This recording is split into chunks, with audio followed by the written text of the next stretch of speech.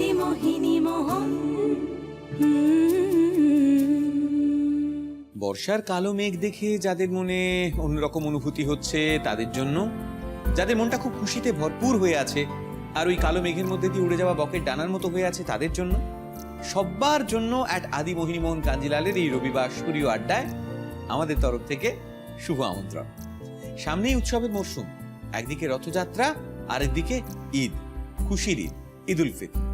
তাই সব মিলিয়ে এই সময়টায় আরো সুন্দর করে সেজে ওঠা মানে চারপাশের মানুষজনের মন আরো সুন্দর করে তোলা। আর দিদি, এইসব অনুষ্ঠান চলে এলো মানে কোথাও কিন্তু দূরে দূরে পুজোর গন্ধ আসতে আরম্ভ করবে আর একটু পরে। ঠিক তাই। আর পুজো আসা মানে, উৎসব আসা মানে নিজে সুন্দর করে সাজবো আর পরিবারের সবাইকে সুন্দর করে সাজাবো। এই কমিটমেন্টটা আমার মনে হয় প্রত্যেকের মনে মনে হয়েই যায়। আর লেখকরা যেরকম ধরো পুজোর আগেই পূজাবার্ষিকী লেখার প্ল্যানটা করতে আরম্ভ করেন, তুমিও নিশ্চয়ই অলরেডি চিন্তা ভাবনা করতে আরম্ভ করেছো যে এবারের পুজোয় কিভাবে সমস্ত চারদিকে একবার হই হই কাণ্ড হবে আর কি। একদমই তাই। শুধু সুন্দর করে সাজাতে গেলে চাই নানান রকমের কালেকশন।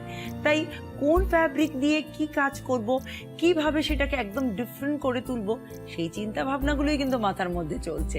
তো তার মধ্যে কেউ একজন এসে গেছে আমাদের সঙ্গে আজকে। আমাদের সঙ্গে আজ রয়েছে আসপিয়া। আসপিয়া, কেমন আছো বলো? খুব ভালো আছে, আপনি কেমন আছেন বলুন? ভীষণ ভালো। আর জানি তোমার এখন ভীষণ ব্যস্ত। হ্যাঁ, আমাদের এখন রোজা চলছে, সামনেই তো ঈদ, আপনিও জানেন। তা ঈদে তো মার্কেটিং প্রচুর করতে হয়। ঠিক। এখন আমি আপনার কাছে এসেছি। এখন আমার আগে তোমারটা দেখাবো না, আমি জানি তুমি আমাকে সুন্দর করে লিস্ট করে বলে দিয়েছো। ননদেরটা দেখাবো না, দিদিরটা দেখাবো না, মা না না দিদি, আগে ওটাই দেখো। আমারটাকে দেখাবেন, কারণ আমি এক মাস পুরো রোজা রাখার পরে আমার তো নিজেরটা আগে আমি চয়েস করব। আর তার চেয়ে বড় কথা, নিজে খুশি না হলে অন্যদের খুশি করা যায় না। তো আগে আসপিয়া খুশি হয়নি, তারপরে বাকিদের খুশি হয়, তাই না? তাহলে আসপিয়াকে খুশি করার জন্য প্রথমেই আমার এরকম কোরা কাতানের উপর জরদোসি কাজের কালেকশন। কোরা কাতানের উইভিং এ কিন্তু এই গোল্ডেন বুটিটা ছিল, এর বর্ডারটাকে কেটে বাদ দিয়েছি, দিয়ে এই কাজটা আমি কিন্তু আলাদা করে জুড়েছি। যেখানে তুমি দেখো অ্যাপ্লিক রয়েছে এবং অ্যাপ্লিকটার নিচে আমি একটা ব্লু কালারের র সিল্ক প্যাচ করেছি। তাতে কি হয়েছে, রেড অ্যান্ড ব্লু আর গোল্ডেন তিনটে কালার বেরিয়ে এসছে। আঁচলের ডিজাইনে কিন্তু একটা অন্য কালারও রয়েছে এবং ডিজাইনেরও একটা ভ্যারিয়েশন আছে। কাটওয়ার্কটাতে ছোট ছোট মিরর ওয়ার্কও রয়েছে, সঙ্গে মতির টাচ।